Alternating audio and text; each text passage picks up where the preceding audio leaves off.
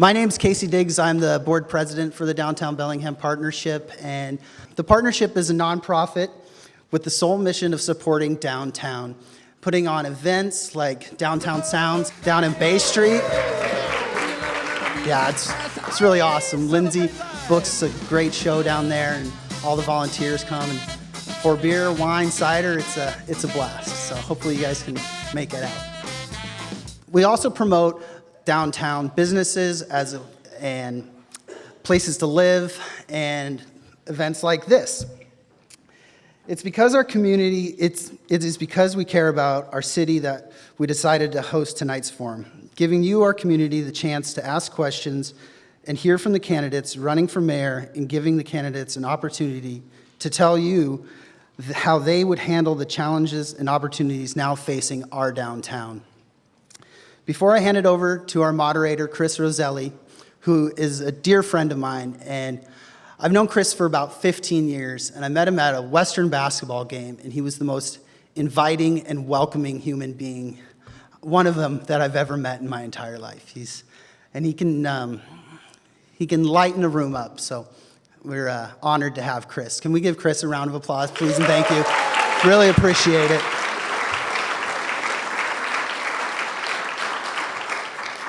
Before you're allowed to come up, I'm going to thank our sponsors who tonight wouldn't be possible without U.S. Bank, Daylight Properties, Pacific Continental Realty, and Faith Life. Yes, thank you.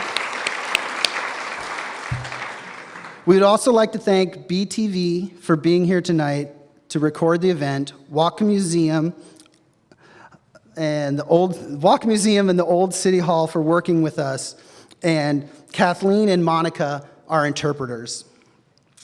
All right, so here we go. Chris Rosalie, would you please come on up?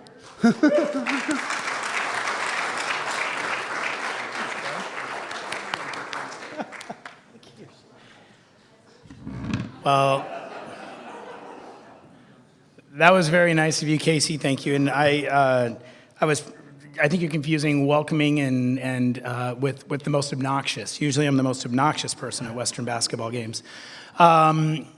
As Casey said, my name is Chris Rosalie. I'm the Director of Community Relations with Western Washington University. My role is to help bridge the gap between the university and our community. We're the third largest university in the state.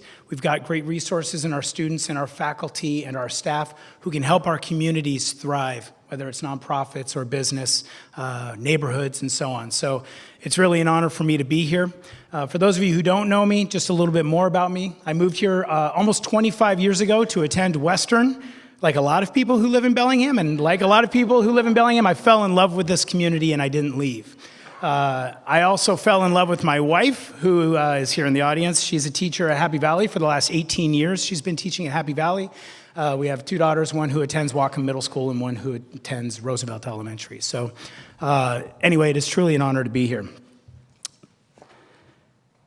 So like all of you, I too love downtown, which is really the theme of tonight's forum. It's our gathering space for our community, right? I mean, one of the largest farmers markets in the state is located here in Bellingham's downtown. From Downtown Sounds to our wine walk and art walk and a variety of other events, which Downtown Bellingham Partnership puts on as well. By the way, thank you, Downtown Bellingham Partnership. It's also the hub for our community's nightlife, like our night market, which, by the way, Downtown Bellingham Partnership puts on. Thank you so much, Downtown Bellingham Partnership. And a variety of other activities in town. It's also a great place in our community because you can get really delicious food from local owners who live here in Bellingham. You can go to stores and shop for everything from little plants for your desk, to themed socks, to furniture, to Bible software. You can get anything you want in downtown Bellingham from local people who are a part of our community, and that's a special part as well. I'm really excited to moderate this event because this right here is local democracy in action. We always hear a lot about what's happening at the federal level, but this right here is what allows us as community members to shape our everyday life. And so it's exciting to have all of you here. We have we didn't know how many people were going to be coming today in our meetings discussing. This is fantastic. So it's great to see so many members of our great community out here tonight. So before we get started, I just wanted to go over a couple of ground rules. By the way, how are you doing? I talk fast. Okay. So I'm going to mention a few rules and just some housekeeping for everyone. First of all, audience members, please refrain from applauding or showing support for any particular candidate. No cheers, thumbs ups, throwing candy when they throw a good answer out there. That's something I've never seen, but it could happen. And at the same time, no non-support as well. No booing, hissing, tomatoes, anything like that as well. It's a waste of good food. And also, signage is not allowed inside the forum here. I don't see any signs anyway, but just keep that in mind if you do have a sign to keep it put away.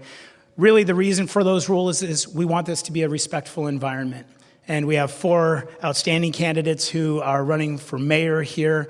And being able to answer really complex questions in less than 1 minute is a really challenging thing for anyone to do, let alone sitting in front of a crowd of a bunch of people. So just keeping that in mind.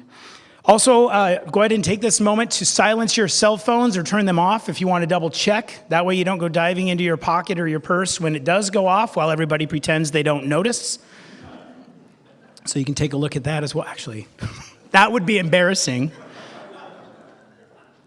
Okay, we're good. And then also, perhaps most importantly, restrooms are located downstairs on the main floor. When you get to the bottom of the stairs, they are located to the right. So you can see those there. And as Casey mentioned, thank you to BTV who is filming this. Shortly after tonight's event, it will be available on their website.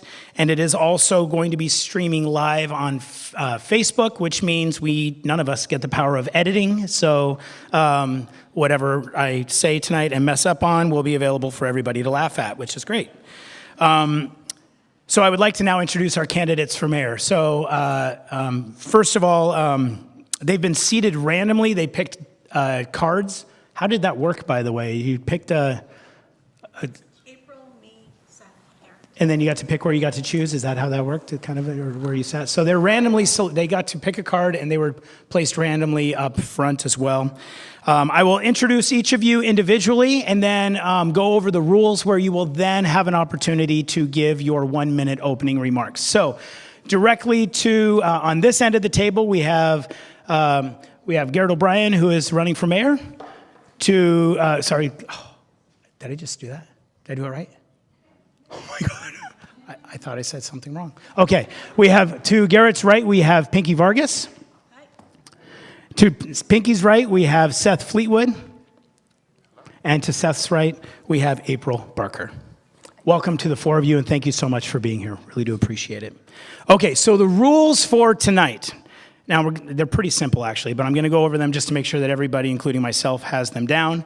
The forum will be approximately 1 hour and 15 minutes, and it consists of 2 rounds of questioning. The first round will include questions selected by the Downtown Bellingham Partnership Board, which were submitted online by our community over the last few weeks. And then after that first round concludes, we will then enter the second round, which will include questions that you've provided in the hopper in the back of the room here as well. The candidates will have 60 seconds to give their opening remarks, which they will do shortly. And then after their opening remarks, you will have 45 seconds to answer each question. If one candidate mentions another candidate by name, that candidate, if they so choose, can provide a 30-second rebuttal. I know, ooh, wow.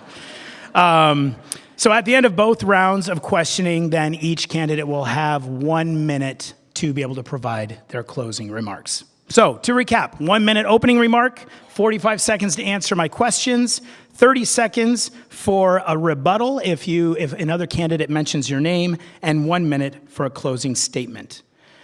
Yes? Said 90 seconds for opening remarks. We said we had 90-second intro, not a minute, 90 seconds. That was done intentionally to throw you off.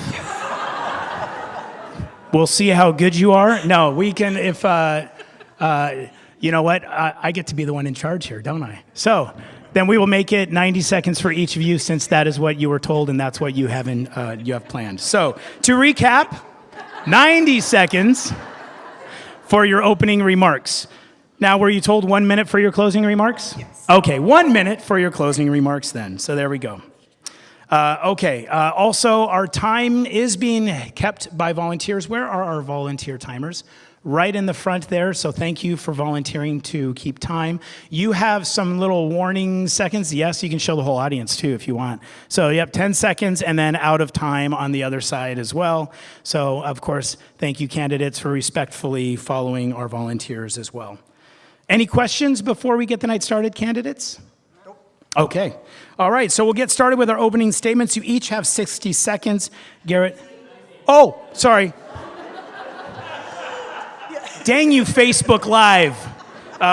Yes, you have 90 seconds. See, I didn't have a pen I'm going to fix that. 90 seconds. Garrett, go ahead and start. Well, hi, good evening, everyone. I'm Garrett O'Brien. I'm your independent candidate for mayor. I believe that downtown's the heartbeat of our city.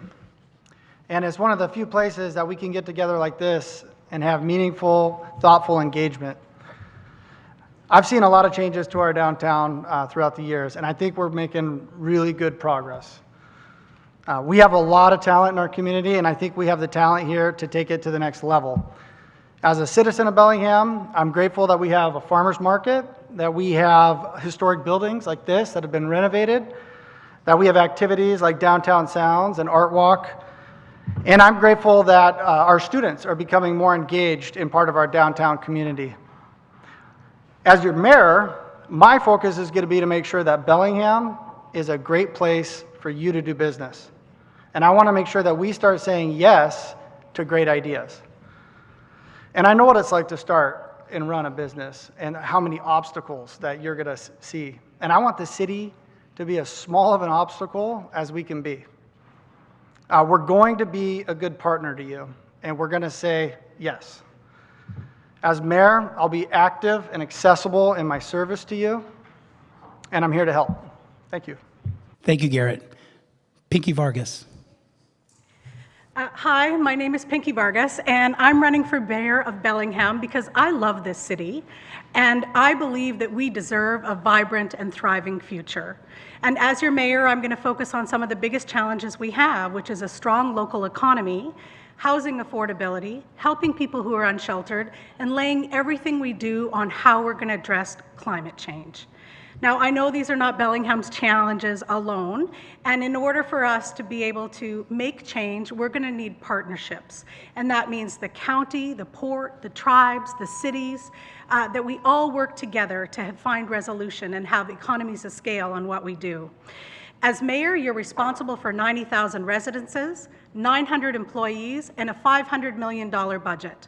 I've been a businesswoman for over 25 years. I've managed multi-million-dollar budgets and hundreds of teams of people to get projects done and done on time. On City Council, I've been there for 6.5 years, and I've served as your council president, as your mayor pro tem. I'm currently chair of Finance and Economic Development. And I've also served on the Downtown Bellingham Partnership Board. And I want to thank the board because they have done incredible work in regards to placemaking in Bellingham. I want to thank them for bringing us the Main Street program, for the Art Walk, the Friday Market, for the Be Kind campaign, and I will be an advocate for downtown and for a city of renewed excitement.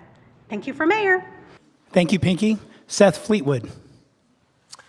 Thank you. It's a pleasure to be here. It's very exciting tonight. This is the most charged up and energized group that we've seen, it seems, thus far. Not to take away from the other groups that we've been before, but this just seems especially lively. And it's very exciting, kind of nerve-wracking. I am born and raised in Bellingham. Grew up in an active family. I've been involved in affairs in my community for many years. I served you previously as a member of the Whatcom County Council and the Bellingham City Council. I've taken a special liking to the whole idea of urban farm. I'm passionately concerned about land use and the fact that The 2020s are going to be a profoundly consequential time in our community. People are going to continue moving here in greater and greater numbers. And how we grow is going to be everything. And I think the downtown is going to play a central part in how we accommodate a significant part of that growth. I want us to have a growth plan that relieves pressure on having to perpetually expand the growth boundaries. And one of the obvious places to densify is downtown. And I look forward to talking more about my ideas for that as we move along. April Barker. Hi, I'm April Barker. I'm your candidate for mayor of Bellingham because I'm a leader, a bridge builder, and I get things done. But most importantly, I believe in Bellingham. And I think most of us are here because you believe in Bellingham too. I don't know about you, but I feel a tremendous sense of urgency. Every day I wake up and I lock eyes with my kids and I commit to finding solutions that put community, fairness, and environment first. Every candidate will talk about climate, and how I'm different is I believe there will be no lasting climate solutions without justice. And with me as your mayor, I will focus on both. We will move forward and improve our quality of life and our sense of community by closing the wealth gap, eliminating racial disparities, and tackling climate change together. So go to aprilbarker.com. You can endorse, donate, and sign up to volunteer, and vote April Barker for Mayor of Bellingham. And let's leave a legacy of Bellingham that future generations can believe in too. Glitch. That was Facebook. I didn't do that. What happened? Well, thank you. Please put your hands together for our 4 candidates who are running for Bellingham mayor.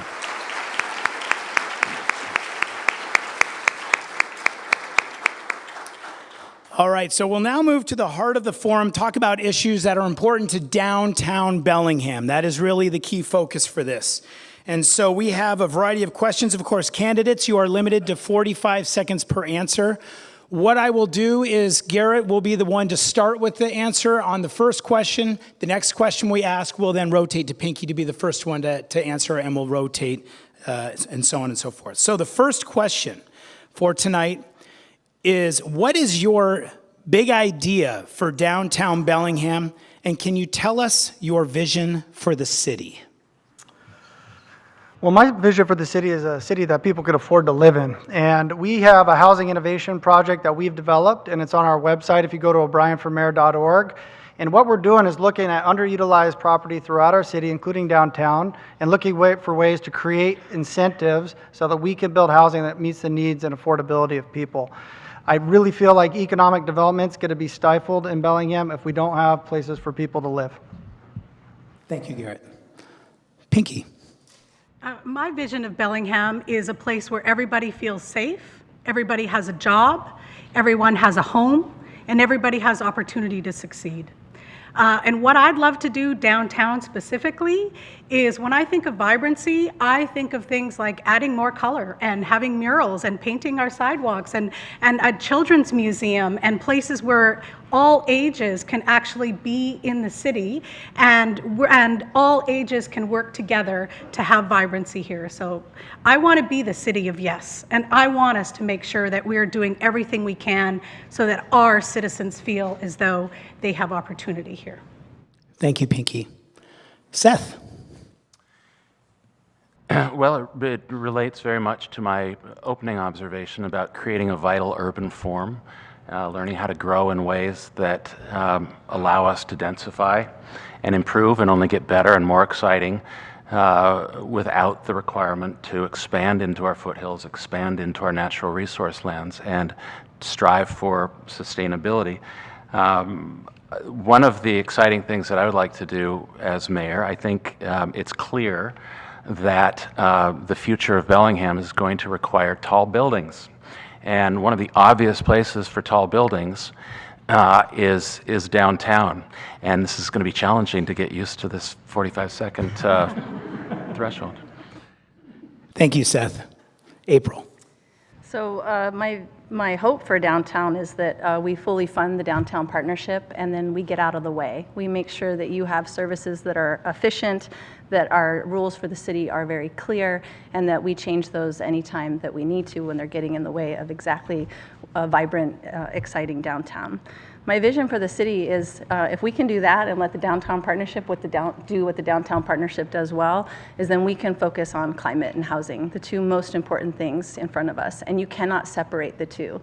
If we do not create a community of affordability, you will have a harder time with your workers, you'll have a harder time with your products, and it's in the affordable housing piece that I'll be talking about later is how we're going to get there.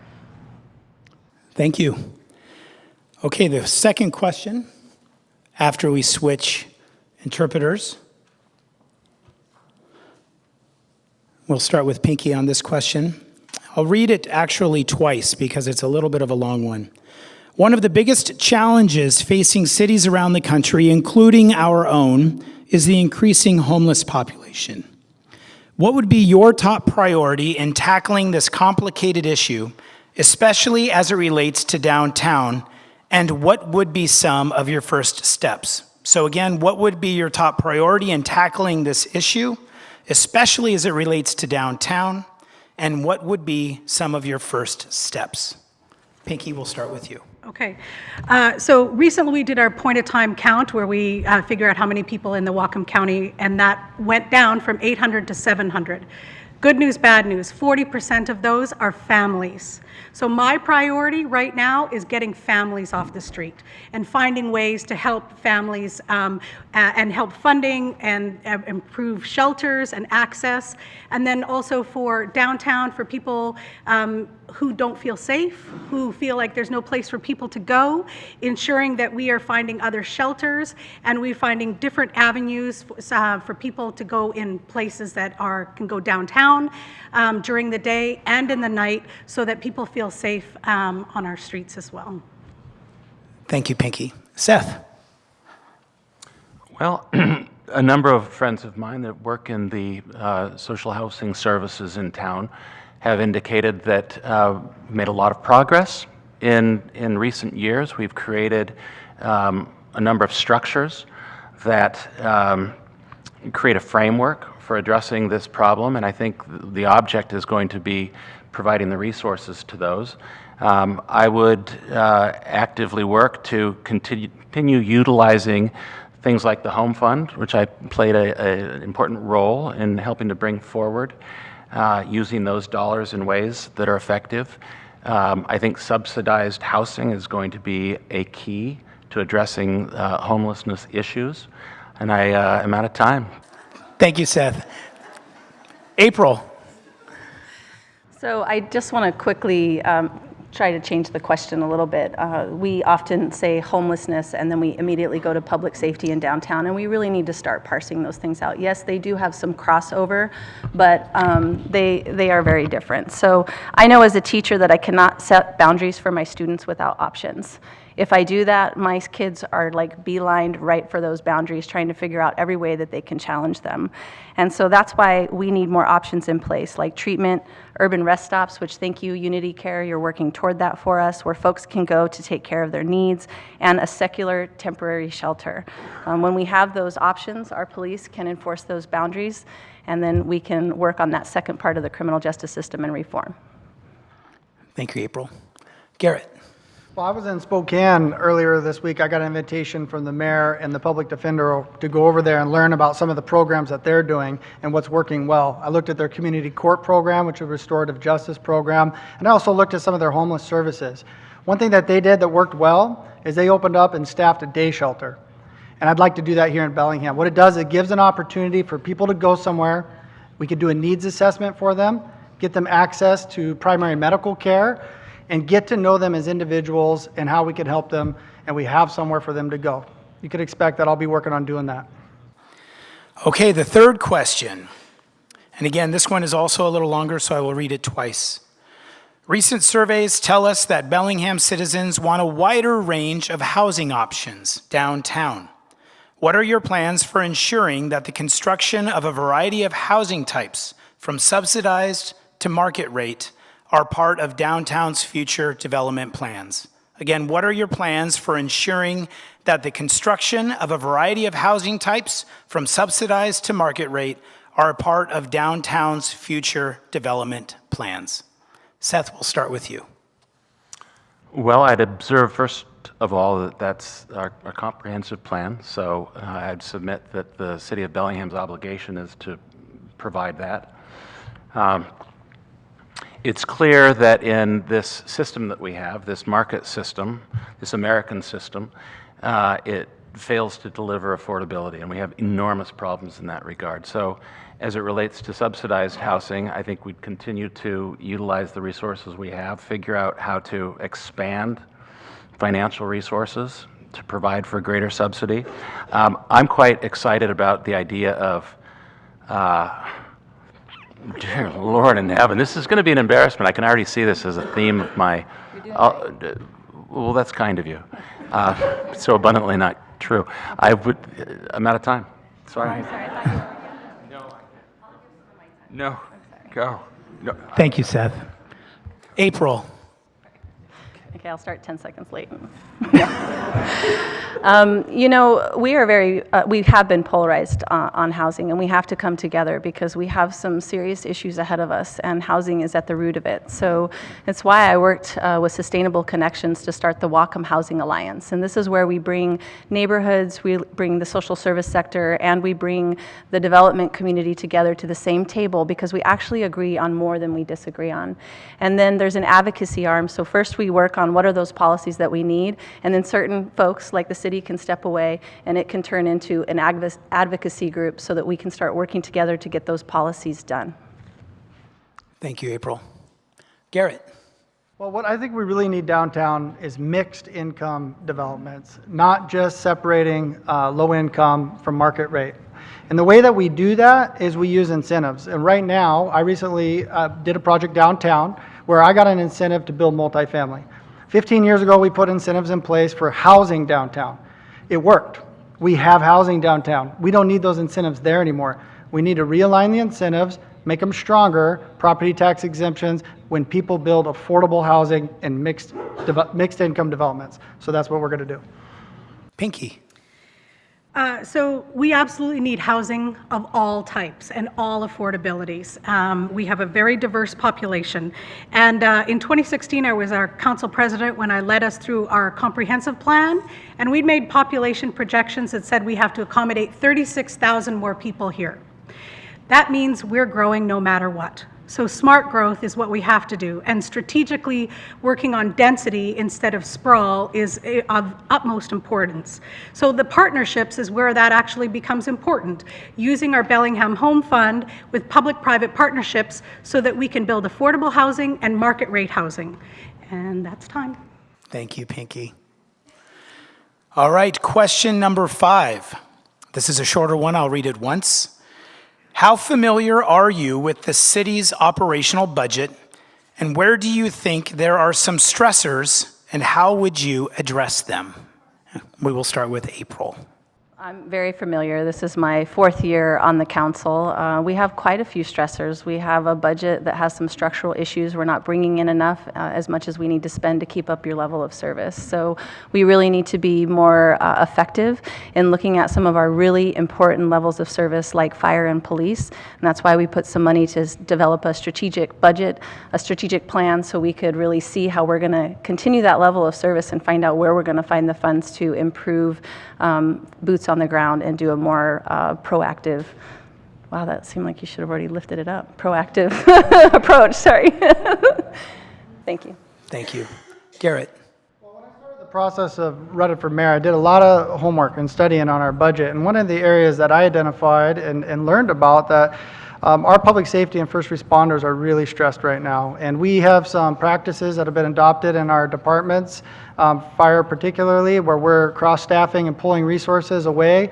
And we're asking our first responders to do things that we haven't had them do in the past. They spend a lot of time at emergency shelters and a lot of time doing basic medical care. So we need to make sure that we're taking care of our community and our first responders, and I have a plan to do that. Thank you, Garrett.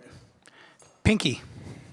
So I have been chair of finance and economic development for 30 years, so I spend a lot of time with our budget, and over 60% of our budget right now is spent on fire and police, and we still don't have enough fire and we still don't have enough police. We also have to look at all the level of service and make sure there's equity for everyone for services throughout the city, including our parks. So trying to meet our needs on our budget is absolutely one of the most challenging things. How do we support our nonprofits? How do we partner with the Bellingham Partnership? And how do we maintain all of our facilities? So budget is one of the most challenging things that we have. And if there's anything I could do to help us, I would have partnerships and more volunteers in our programs in our cities to compensate some of our FTEs. Thank you, Pinkie. Seth? Well, I know that in recent years there have been some structural issues with the general fund. Income was not keeping pace with expenditures. I know that the EMS levy that passed a couple of years ago brought in, I think, 1.1 that helped supplement the general fund a bit. The Greenways levy in 2016 was able to bring in, I think, 1.2 million to help sort of deal with that gap. So the city's done a good job in getting back on track and equalizing things. Yeah, out of time. The sixth question, I will read it twice. The Waterfront District is a topic that often arises when discussing the future of downtown Bellingham. What is your vision for the waterfront 20 years from now, and how do you plan to affect that vision while you're in office? Again, what is your vision for the waterfront 20 years from now, and how do you plan to affect that vision while you're in office? Garrett. Well, I hope our waterfront continues to be a vibrant place, and I know that this project has taken a little longer than we've hoped. It's a big project for our community. I think one of the things we could do as a city is make sure that we're being a good partner and a developer with our port, but also make sure that we're putting out requests for proposals for smaller parcels and try to increase competition. Be wonderful if we could have concurrent developments going on and have specialists that specialize in a certain kind of development working together down there. Thank you, Garrett. Pinkie.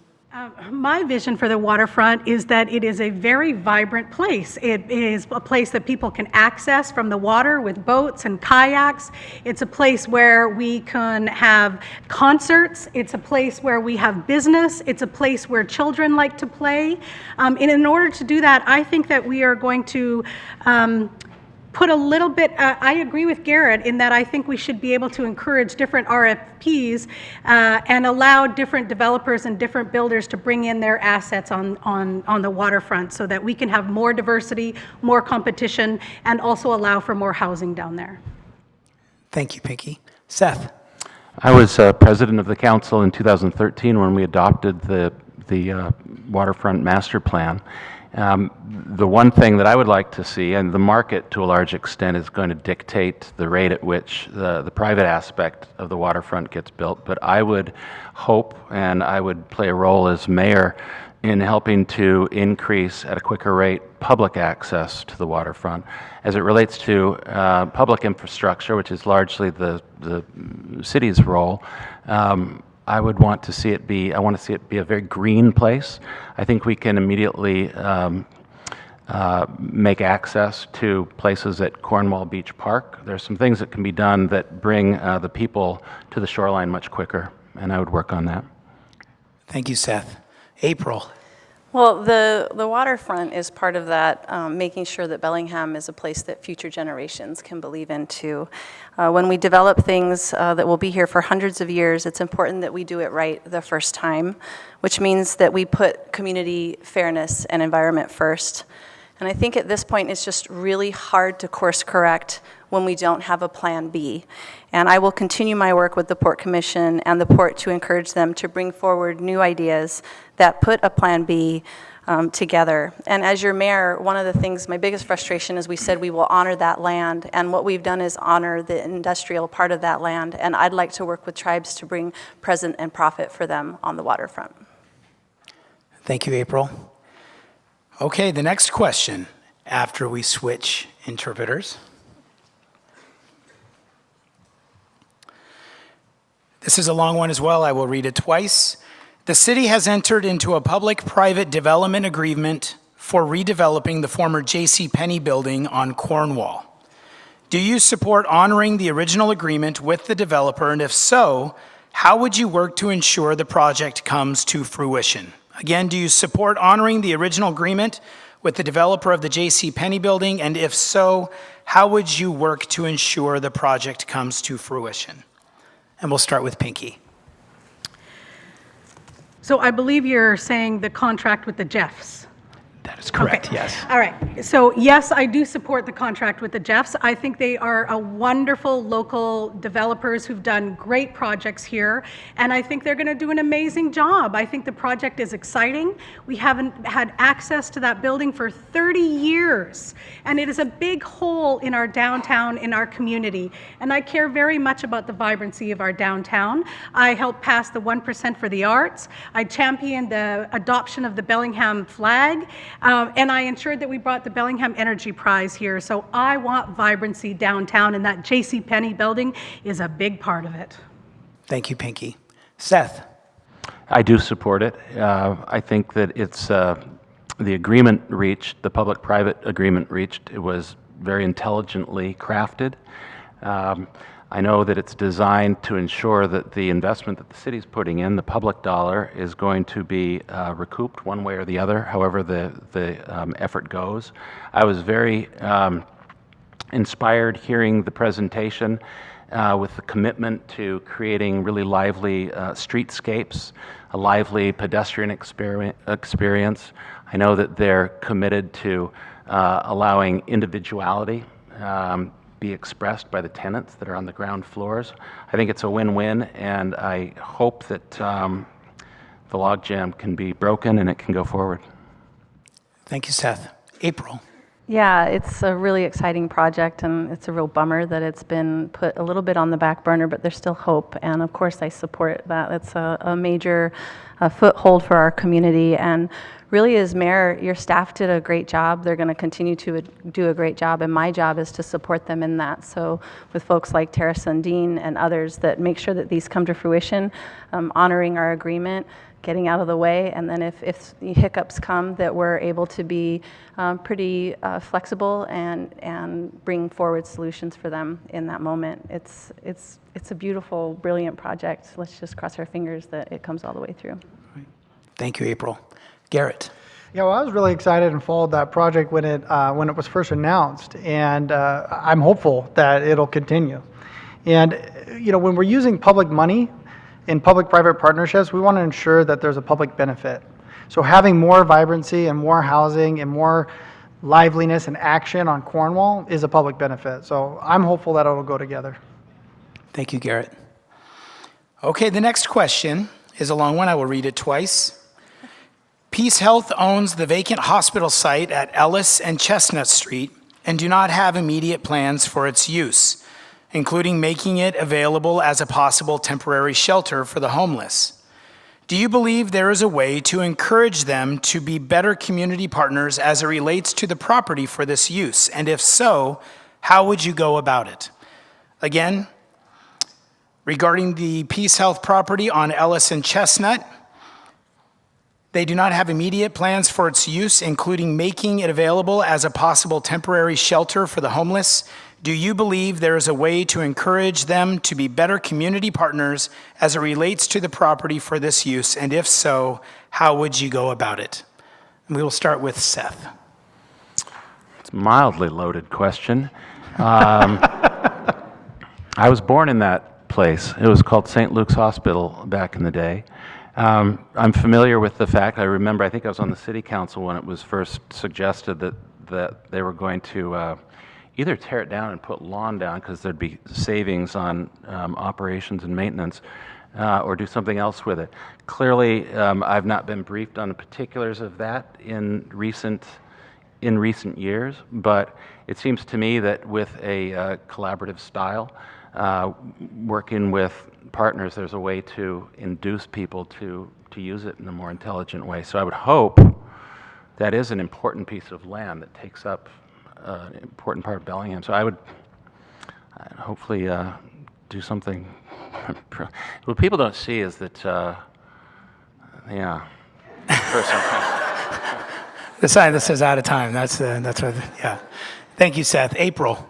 Well, one of the first things as mayor that I will do is start breaking through some of these loaded questions that we see. I mean, even in the question itself, will you work with them to be a better partner or push them to be a better partner? Peace Health has been a good partner. Rachel Lucy has come on board, somebody I work really, really well with. Peace Health just gave $10,000 to the Birchwood International Market to get them off the ground. Now they're above budget and can do even more for the community because they are committed to public health and they have invested in Rachel Lucy to make that happen. I'm excited potentially to be a mayor to broaden that relationship and make sure we can work together on public health and public safety issues. I think it's a little presumptuous to assume that that's the best use for that facility, but we will certainly look at it and make sure that we use it for the highest and best use for the city. Thank you, April. Garrett. Well, the St. Luke's hospital building has been talked about as a potential place for shelter services. And when we talked about homelessness, one of my ideas is that we really do need to open a day shelter where we can do a needs assessment and we could get people some primary health care. Could be a good spot to do it.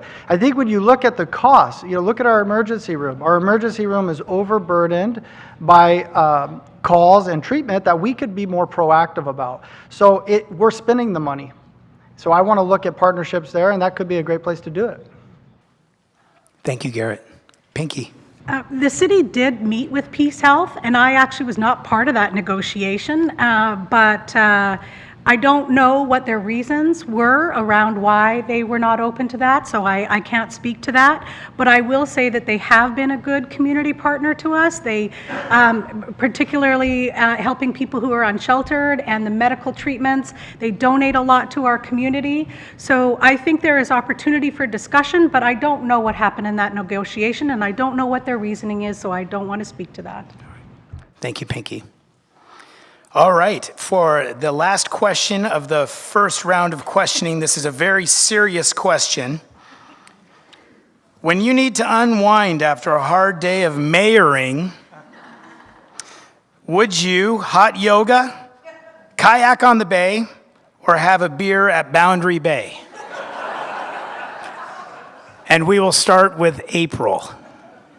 Well, I think outside the box, so I will add one and say I'd spend time with my 11 and 13-year-old. They are really spectacular young humans that are being really raised by the public school system right now as I'm so busy, and I use every second I can to spend time with them. So. All right. Thank you, April. Garrett. Well, I was a wrestler in high school and college. I thought I was, pretty tough, and I went to that hot yoga Berkram downtown. I just went one time because that is really difficult, so I don't think I'd be yoga. All right. Okay. Pinkie. Well, out of the three options provided, I would say probably Boundary Bay because it's a great place to hang out and watch people watch. But I will tell you, I don't drink beer. I know that's a sin in Bellingham, but I drink cider, and we have lots of great cider places here, so be cider. Thank you, Pinkie. Seth. Yeah, on different nights, all three, I suppose. So,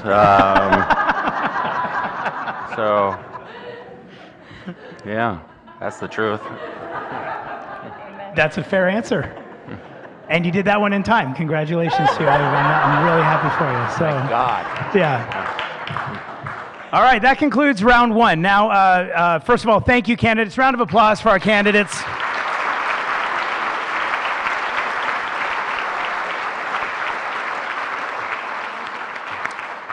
So before we move on to round two, I really do want to actually give a shout out to the Downtown Bellingham Partnership for organizing this event. Thank you so very much.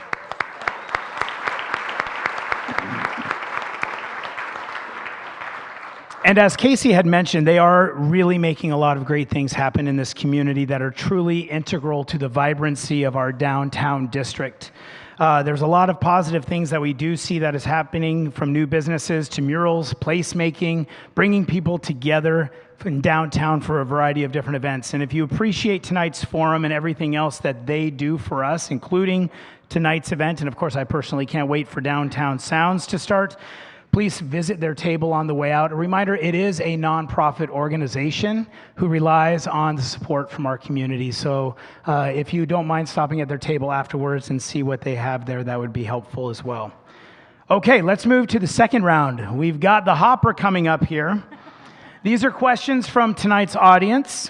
Whoa. I know, yeah. Ooh, here we go. So there's really just two rules that will follow with this one. One, I will not ask a question on a topic that has already been asked. No repeat questions, really for the sake of getting as much information from our candidates as possible. And then also, I will not ask any questions that have anything to do with any neighborhood other than the downtown Bellingham neighborhood. This is the focus, of course. So those are really the only two rules that I have. And I probably won't swear if they're swearing on them either. Oh, I can. Okay. B7.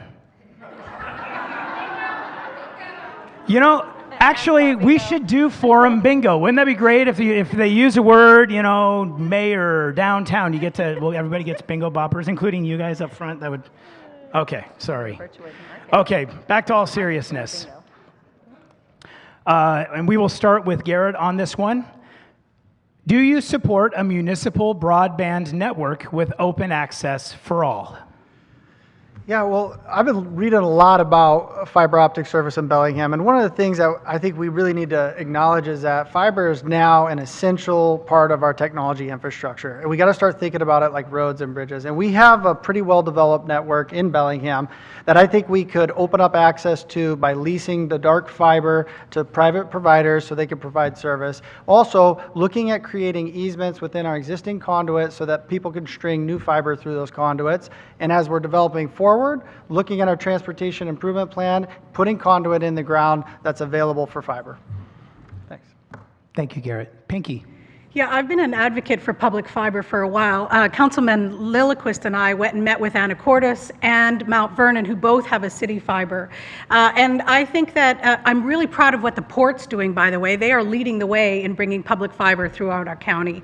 And I think the city can do more. We tried to put a dig once policy at City Council, and Public Works feels like we can't afford it. I feel like we can't afford not to do it. It is our future. It is what we need to do. And we also need to provide for an open access program. So that means there's more competition in the market, and a lot of the small businesses right now that are paying $500 and $800 a month just to have internet access, that's not fair, and that does not help our economy. So we need to help in that way. Thank you, Pinkie. Seth.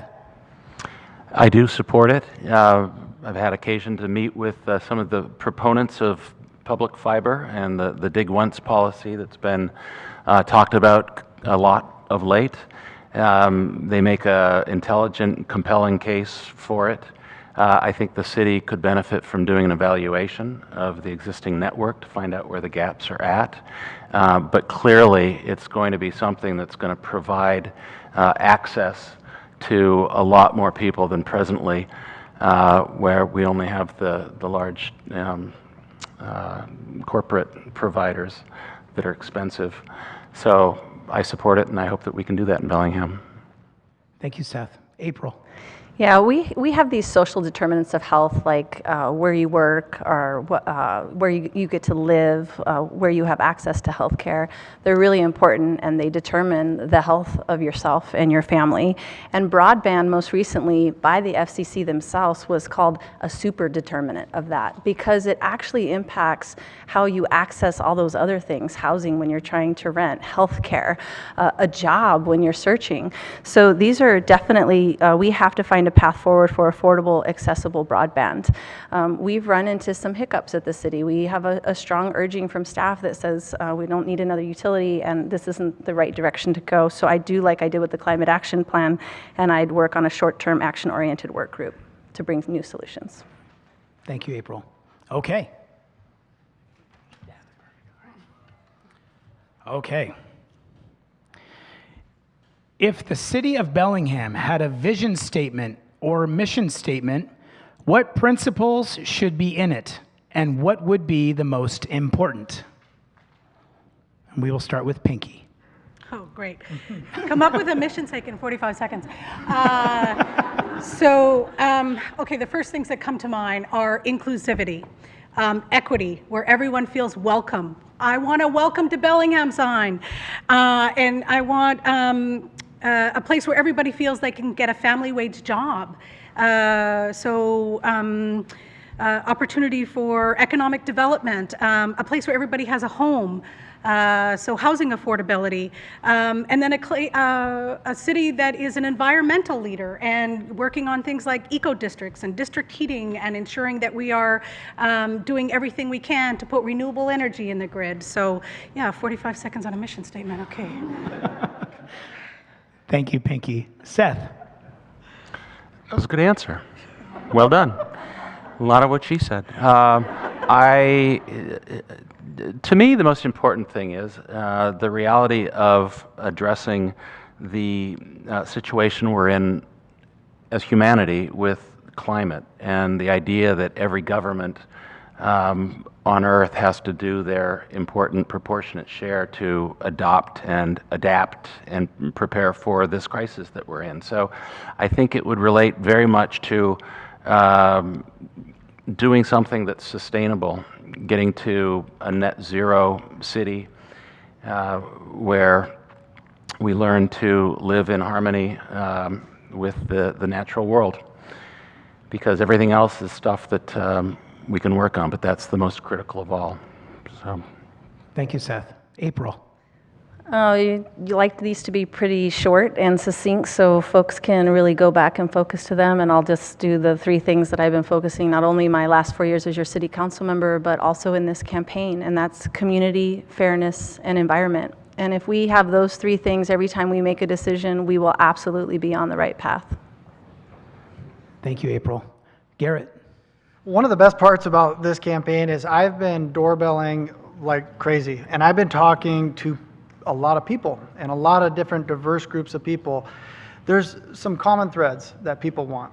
People want affordable housing, but they really want opportunity. They want to live in a city where they see opportunity, and especially for our young people.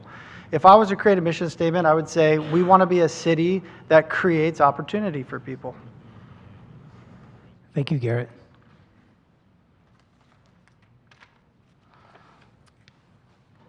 This is so fun. For us. I don't know about you. Okay, the next question. What is the most important skill or quality necessary for a successful term in office? And we will start with you, Seth. Read it one more time. You bet. What is the most important skill or quality necessary for a successful term in office? Having a long-term vision for the community, a coherent vision for the community, having a capacity to work well in group dynamics, where you're able to collaborate and work towards consensus and build coalitions to move forward and make progress. Thank you, Seth. April. Well, a leader, a bridge builder, and somebody that gets things done, and that's exactly what I do. I also think you need somebody that has their feet firmly rooted in your community, and I do. I live on the north side. I've been working inside your schools, and I've been just doing these exact things of community, fairness, and environment for years. I would say that not every manager can be a leader, but every leader can be a manager, and you need a leader to take us through. We have a very small gap that we can shoot through, and you're going to need somebody that can get us all on the same page, pushing in the same direction so we can make profound changes and ensure that Bellingham is a place future generations can believe in too. Thank you, April. Garrett. Well, my background is in building things, and I've been in real estate development and construction in some form since I was 15. One of the things that's so fun about what I do is seeing something that other people don't see, seeing a vision, and then recognizing that once you have that vision, you can't do it by yourself. You need to empower a team. You need professionals, you need laborers, you need people of different educations, different backgrounds, and you got to bring them together to the shared vision. And I love doing that. And that's exactly what I hope to do at the city as your mayor. Thank you, Garrett. Pinkie. I think leadership is the most important quality. And leadership is having the experience to understand what the breadth of the job is and to build partnerships. And I spent the last couple of years building partnerships throughout our county, through our state. And I know that that's what it's going to take in order for us to move forward. Bellingham is the 13th largest city in the state. We deserve to get some attention here. We're doing creative and innovative things, and I know that if we all work together, we create economies of scale, and we are much more effective on moving us forward. So I think being a good leader, creating a good team means bringing, yes, all kinds of different smart minds to the table, because I don't know all the answers, but I know lots of you do, and if we work together, we can get there.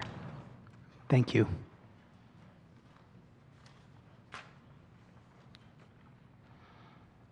Okay. What will you do to make downtown Bellingham more environmentally friendly? And we will start with, who's first this time? April. Oh, April is. Yay. Well, we'll work with the results of the Climate Action Task Force. They've been working diligently. You have a lot of really smart people that have been brought together and really get us to our ambitious targets that I helped bring forward with 350 Bellingham. Those will have all kinds of recommendations that then the City Council, which I'm super excited to be part of that, at the end of this year will determine that policy direction moving forward. And then you'll need a mayor that really believes in that, which I do, and it's why I brought those ambitious targets forward to make sure that they get implemented fairly, and implemented downtown. Thank you, April. Garrett. Well, about 6 years ago, my wife came home and said, I really want to open a storefront downtown. And I said, great, let's do it. And we started looking at spaces, and we went to one on Cornwall Avenue. And the only heat in the whole place was this little electric heater that was from the front door, and it was running constantly to keep the place warm. 40% of our energy use is in commercial buildings. So what we could do as a city is really produce incentives and partner with our utility to have upgrades for energy efficiency in our commercial core and make a huge impact on the amount of energy we use. Thank you, Garrett. Pinkie. Yeah, I first ran for office because I wanted to be a voice for women, the environment, and social justice. And I brought that knowledge to City Council and worked on many projects here locally.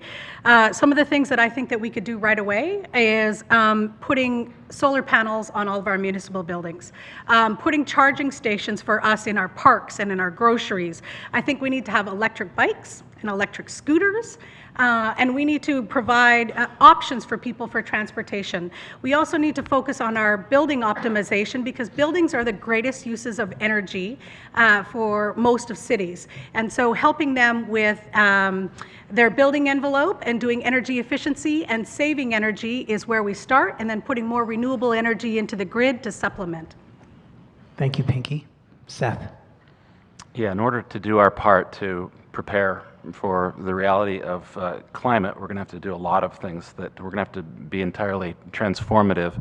I would like to, as chair of the County Climate Impact Advisory Committee, one of the projects that we have relates to trees and forests, and an urban tree planting program is something that I'd like to advocate. I'd like the city of Bellingham to get much greener than it presently is. We're supposed to continue warming, and one of the ways that you drop the temperatures locally in the urban form is to have more tree canopy. As a member of Greenways and that program, I'd like to see us create a downtown plaza, a green, well-treed, God damn it. Oh, it's painful. This format's difficult. Thank you, Seth.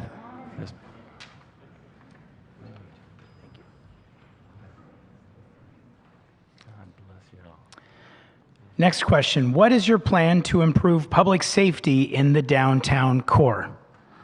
And we will start with Garrett this time. I had an opportunity to visit Santa Barbara several months ago, and when we went there, I was with my wife, and I said, I want to go check out their homeless shelter, which is really fun to do when you go on vacation, but this is what I'm interested in now. So we went and we checked out, and you know, it looked a lot like ours. They have a mission. They also had a day shelter and a secular deal. And one of the things that we noticed downtown is that most of the people were down where the services were. And I said, I said, you don't seem to have a lot of people experiencing homelessness who are, in the downtown core. And they said, well, we have a downtown ambassador program. And I think we could look at doing something like that in Bellingham. Thank you, Garrett. Pinkie. Yeah, so a lot of people talk to me about not feeling safe in Bellingham. And some of that is perception and some of that is reality. So I think that working closely with our neighborhoods is an important part of that. But I also know that part of the perception around safety means that we have to create more spaces where people feel comfortable to be and help people who are maybe creating a perception of safety and give them opportunities and places to go, like day shelters. I went to San Francisco and I toured the Navigation Center, which is a different form of a homeless shelter, which is secular and allows people to have their plants or their pets and their possessions with them. So we need to have spaces where people can go and feel safe, and that's time. Thank you, Pinkie. Seth. Density, incentivizing densification downtown, building buildings, bringing more people to downtown. So we have a huge mix of people. I think more people on the streets, more people using the public places is going to, just by itself over time, create greater sense of public safety. Safety is, as Pinkie indicated, a personal perception. I know that there are people who are homeless downtown or people in marginalized communities who have a very different sense of what safety means to them. I know that there are some people who go to downtown and they're more, so it's a very personal thing. I would work with our police. I know that community policing has created a good sense of greater safety downtown. We'd continue to work on that. Thank you, Seth. April. Yeah, so we get stuck and we kind of perpetuate these same narratives over and over, and it makes it really difficult for us to break free and find some solutions. And one of those is around public safety and always making a generalization that it's homelessness. We experienced this in the Birchwood neighborhood. I made that assumption 10 years ago and worked with the police, worked with Opportunity Council and the HOT team, and found out that most of the folks that were down there had behavioral health, had substance use disorder, and were not homeless. But they were downtown, or they were in our little neighborhood area because we were allowing that behavior and because they didn't have a lot of options. So I would be working to parse out these things. Public safety, we always have to think about public safety with public health. When we don't, we get things like mass incarceration. So. Thank you, April.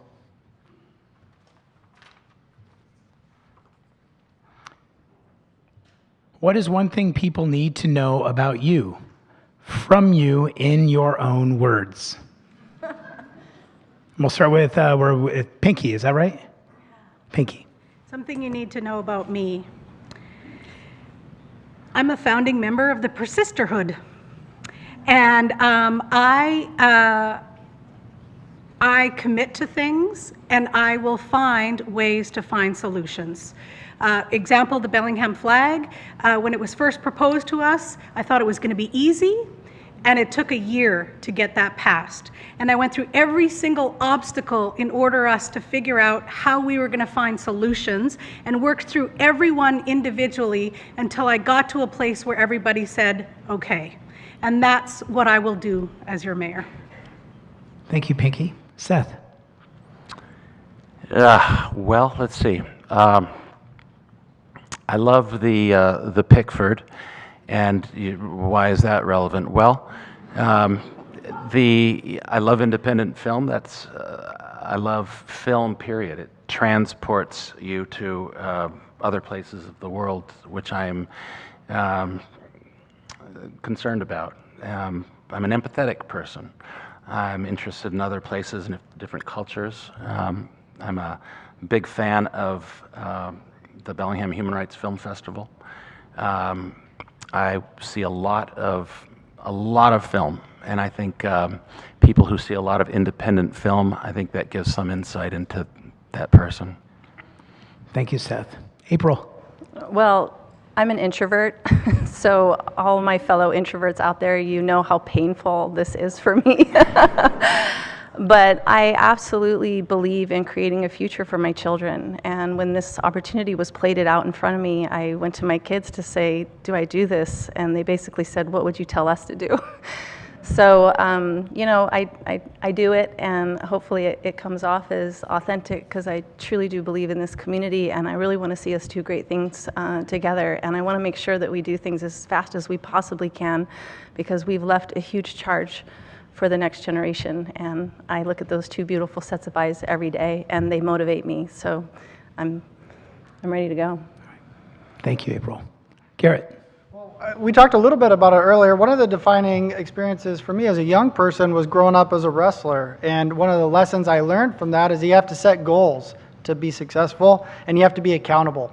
You don't get the luxury of blaming somebody else. You have to just be accountable and take it.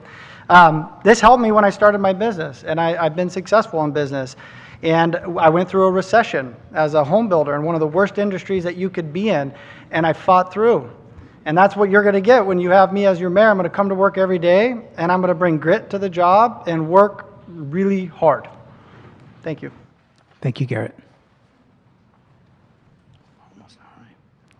Second to last question.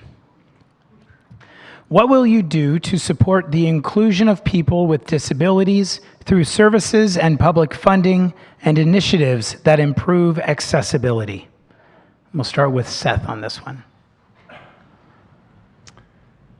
Well, I would start by just saying that I would be very caring about that issue. I have a dear friend who I grew up with who has cerebral palsy, and he met with me a couple months ago, wanted to talk about getting jobs at the city, and he's had a difficult time with that. And so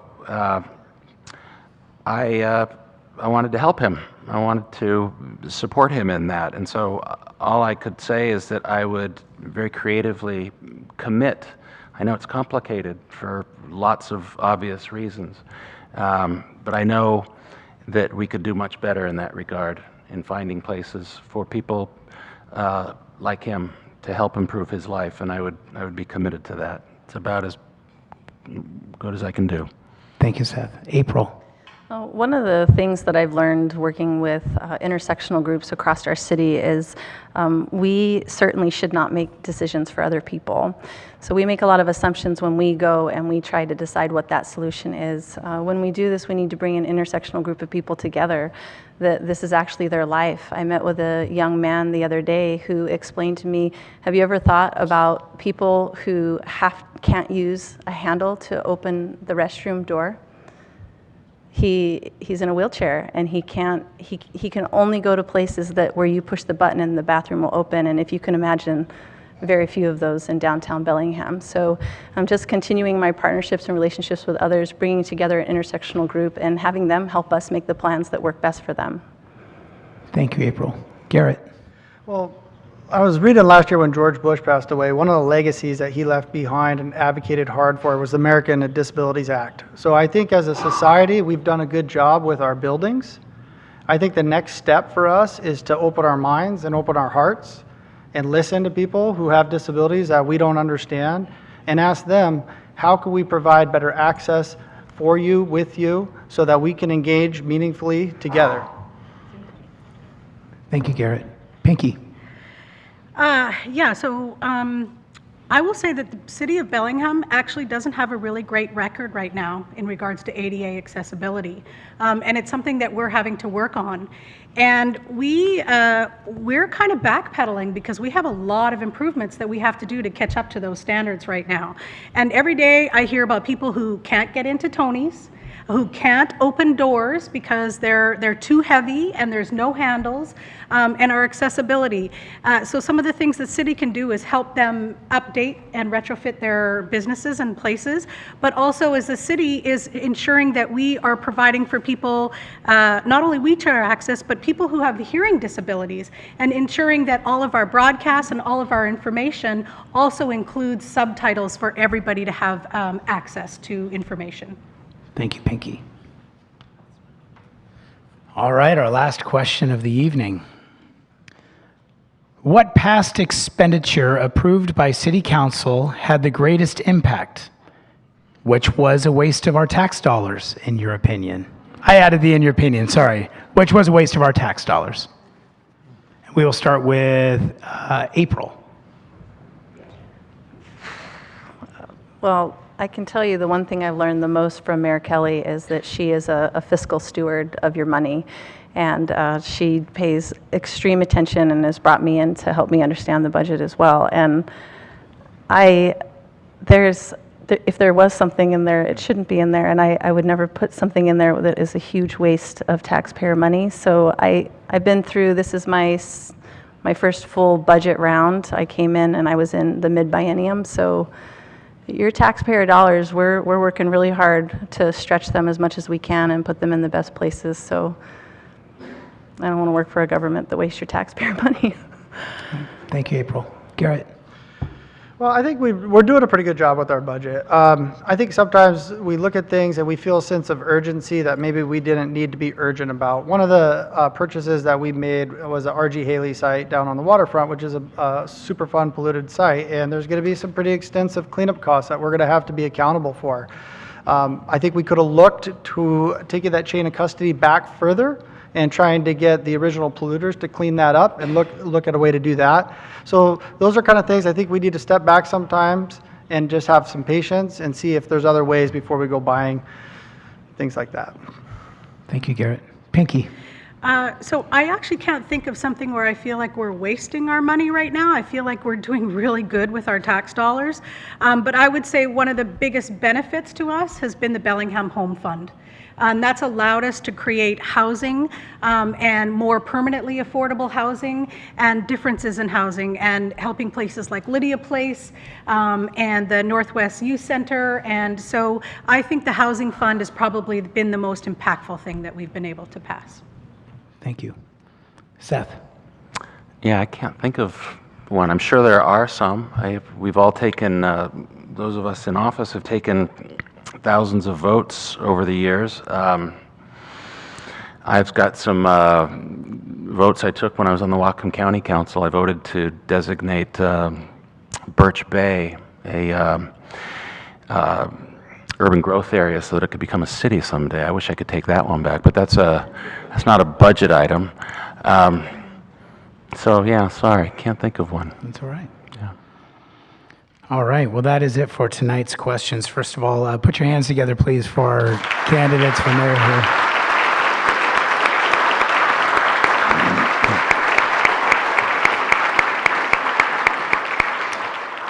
And of course, to conclude tonight's forum, you do have 1 minute for closing statements. We want to, of course, invite you to provide your closing statement, and then afterwards I'll have a few announcements for everybody as well. So please stay seated. To start with the opening statements, we will start with Garrett. You have 1 minute. Well, I believe if we want to achieve our goals as a city, we got to think about doing things a little bit differently. I believe that we need to be balanced in our decision making, that we need to work together and work on creating hope and opportunity with each other. It's been my goal through my campaign to demonstrate that we're willing to do that work. I'm proud to have the endorsements of our firefighters union, our police guild, and over 50 individual and business owners in our community. I'm open-minded, I'm independent, and I'm committed to getting results. If you'd like me to serve as your mayor, you're going to be electing a mayor who has a plan to address housing solutions in our community and create opportunity. Thank you. Thank you, Garrett. Pinkie. So I would say you obviously have a lot of choices for mayor this year, which is really great for our democracy. But I don't think that this is going to be about a policy race. There's a lot of alignment when it comes to housing, inclusion, and climate change. But the differences are in our leadership styles, in what kind of experience we have, what we're bringing to the table, and how we're prioritizing those are all different. And what matters is who you believe can actually get the job done and can deliver on those promises and deliver on that vision, and who you trust and has the skill set to get the job done and to ensure that they're going to collaborate with everybody in our community to ensure that all voices are heard. And that's the experience that I believe that I'm going to bring as your mayor, and the kind of leadership that I will bring, so that you know I have an open door policy and that we are a city of yes, and we find solutions and we find a way to work together. You can find me at votepinkyvargas.com. Pinkie for mayor. Thank you, Pinkie. Seth. Thank you. Well, despite the fact it wasn't abundantly well conveyed this evening, I have a long track record in this community of public involvement for many decades. I've been involved in a lot of efforts, greenways, countywide housing affordability task force. I could go right down the line. There's just a number of areas in which I played a part. I was the founder of the Growth Forums, which identified fundamental ways for how we should grow in this community, with recommendations that got incorporated into our comprehensive plan as preferred methods for how we grow. So I'm running on a record of experience and qualifications and documented acts of leadership that I hope gives some insight into how I would perform as mayor, and I hope would give some trust and confidence as well. Thank you. Thank you, Seth. April. You know, I'm a progressive champion, and I'm running for mayor because we need bold leadership, but we need leadership that's really thinking about things that's not on your radar. 2033, we're going to be a nation of more senior citizens than youth. These are things that I'm thinking about so that you as business owners can do what you need to do, and we as a city are preparing ourselves for massive changes that are coming. Yes, climate is important, and we need to make sure that that's part of everything. But in 2033, more senior citizens than youth means your labor force is narrowing, and many of you are starting to feel the pinch of that. Also, that next generation is more racially diverse than it's ever been. And you need somebody that can talk about issues around racism, that really actually talks about closing wealth gaps and changing systems, because you do not want to create a legacy of keeping that next generation with all the barriers in place. So I'm thinking about things so much further ahead and working within communities to break down those barriers to make sure Bellingham is an inviting and welcoming place for everyone. Appreciate your vote. Thank you, April. And I just want to say thank you for all the service that you provide our community, our city. Thank you so much. It is incredibly admirable that you are running for mayor to lead our city. Thank you for being here tonight. Ladies and gentlemen, please put your hands together again for our candidates for mayor.